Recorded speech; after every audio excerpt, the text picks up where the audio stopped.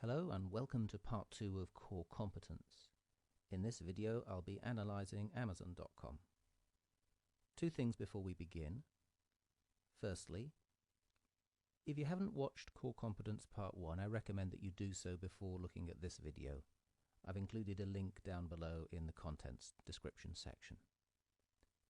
Secondly, this is my interpretation of Amazon's core competencies, and it's a fairly brief interpretation, to be honest. Naturally, you may have some different ideas, and that's fine. That's all part of trying to understand what core competence is. If you do have some different ideas, please put them down in the comments section below. That will be interesting for other people to look at, and people can learn by debating it. All right, let's begin.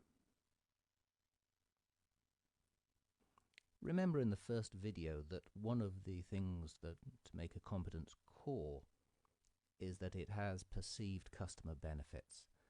So first, let's have a look at why is Amazon so popular? Why do we love it so much? Well, they have very competitive prices. And especially if you're buying some goods over a certain value, or you're with Amazon Prime, the postage is included in that. And often this means that Amazon are the cheapest available on the internet. Secondly, they have very quick delivery. Just the other day I ordered a book for my daughter at 9 o'clock in the evening, and it was here by 10 o'clock the next morning. Amazingly fast delivery. I don't know any other business that does that. The question is, how does Amazon manage to do that? Another thing that most of us like is a no-fuss returns policy. Perhaps you've bought something and it wasn't exactly what you wanted. A Christmas present or a birthday present, for example, that somebody already had. Well, Amazon make it very, very simple for us to return it. We just log into their website, fill in a simple form, and then we can print off a return slip, attach it to a box, and then send it back to Amazon. And then we get our money refunded. Also, they're almost always in stock. How do they manage to do that? And the huge choice, especially when we're thinking about books. You go into a regular bookstore, you can choose between, I don't know, if you're lucky, a couple of thousand books. Amazon, it's millions. How does Amazon manage to do that? That is connected with a competence. All right, let's have a look at some of the product lines that Amazon sell. Remember, in the first video, we talked about core competence, allowing a company, an organization, to move into new markets and profit from new markets. Let's see what Amazon has done. Well, the obvious product is books. But Amazon is more than just a bookstore. Now you can have e-books. If you're a publisher or want to be author, you can publish your books through Amazon as well. It's really quite amazing. You can publish either electronically or via their print-on-demand system. One of the products that they moved in very quickly after books was electronics, so computers and televisions and any kind of gadget. Clearly their competencies that they developed while developing the book business had allowed them to move into the electronics business and do really rather well. Now, I'm not going to make a list of all the different products. Now, I'd just like to say that they're adding new categories of product each year. And they can only do that because they have specific competencies that other companies find very difficult to replicate. Another definition of a core competency. They even allow third-party vendors. So if you are a small business and that you would like to set up a shop within Amazon, you can do so. Again, it requires some very special competencies to integrate third parties into your own system and allow them to compete with you, or to sell side by side with you. And you may or may not know that they also offer technology services. These can be data storage or data delivery, for example. Many of you will be a subscriber to a service such as Netflix. Well, Netflix uses Amazon to deliver its services. So as we can see, Amazon has been able to use its competencies to go into a vast array of different kinds of services and product lines. Now, what could some of the competencies be that allow Amazon to do that? I brainstormed some ideas with my students, and most of these are their suggestions. What did they come up with? Firstly, training. Perhaps Amazon have a special training regime that makes employees better than others? Possibly, but many firms have excellent training regimes, so I'm inclined to say that training is, while important, not a core competency. Culture.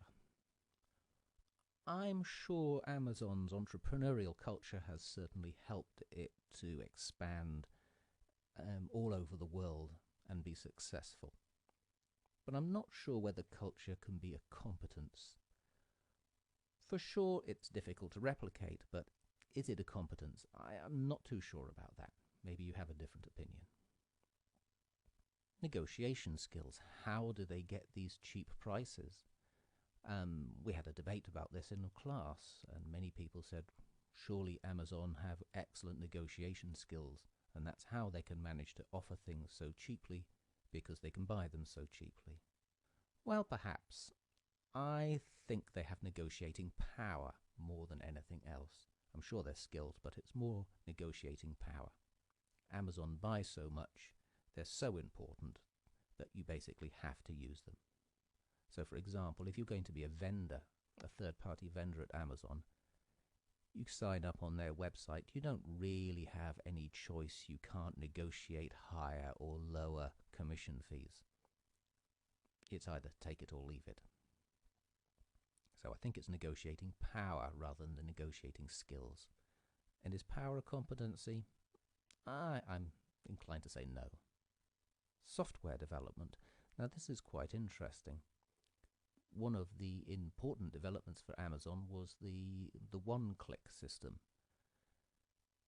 But could somebody else have developed the software?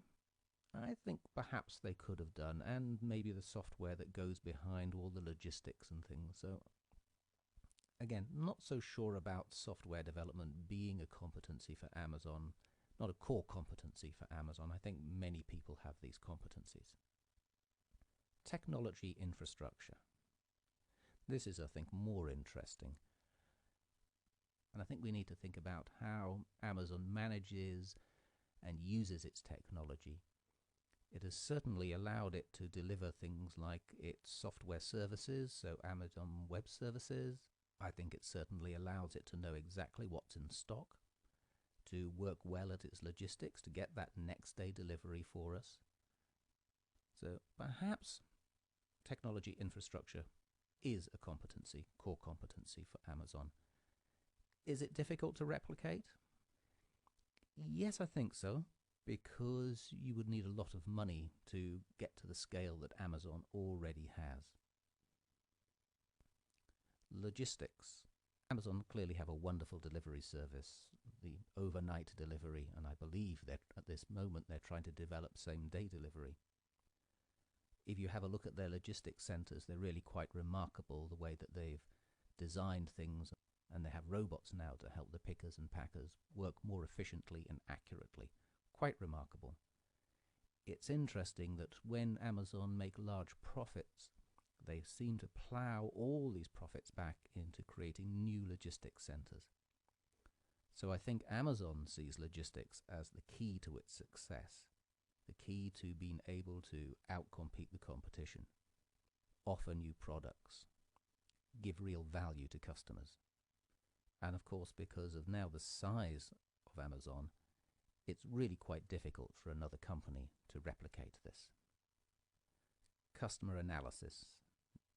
Now, I'm sure every time that you go to Amazon, they recommend certain things to you, and you think, some of them are good, some of them are bad. Often I think they're very good. They understand me as a customer, a long-term customer. But is this something that other companies can't do? I think there are many other organizations out there that have equally good customer analytics. So I don't think this really differentiates Amazon from the rest. Openness. This is quite interesting. Is openness a competence? Possibly. Very few companies would invite, never mind allow, their competitors to come and sell products on their own website. Very interesting idea of Amazon. So possibly it's a competency, possibly that's more to do with the culture. Also the openness to trying new products and services, giving things a go. So perhaps, I'm not sure. And then finally, Jeff Bezos. If you don't know Jeff Bezos, he is the CEO and founder of Amazon.com. For many people, perhaps he is the business genius of the late 20th, early 21st century. Is he the key to entering new markets? Quite possibly it's his imagination and his drive. Is he the key to offering customers significant new or perceived benefits? I think so. And is he difficult to replicate? Well, even with cloning, I think we would have a problem replicating everything about Jeff Bezos. So I would say he's impossible to replicate. So is he a competence? Possibly. Not sure about that myself. So let's have a look at the summary. Here is what I think are the core competencies of Amazon.com. Its logistics, its ability to have almost everything in stock, to deliver quickly, to accept returns and to pay you for those returns quickly. This allows Amazon to reduce its costs quite dramatically as well compared to other people. And so offers us many different things. We can have lots of different products. We can get them when we want them faster than any other company, and often much cheaper than anybody else can provide. And linked to that, I think, is the technology infrastructure and how it manages its technology infrastructure. This is what really allows Amazon's logistics to work together. So these two things are intertwined. And finally, Jeff Bezos. I've put a question mark after this. I'm not sure a person is a competence. But he is the driver. And I think if Amazon didn't have Jeff Bezos, it would be an entirely different kind of company and perhaps wouldn't be quite so successful. There we go then. This is a very short analysis. Clearly, if you're analyzing your company or if you're a consultant analyzing somebody else's company, you would go into a lot more detail than I have here. This is just an overview to help you understand what it's all about. So I'm going to finish off there. And again, if you haven't seen the first video, I would invite you to have a look at that. Check out the link below. If you would like to engage in a debate about this analysis, please do so, and there are comments below.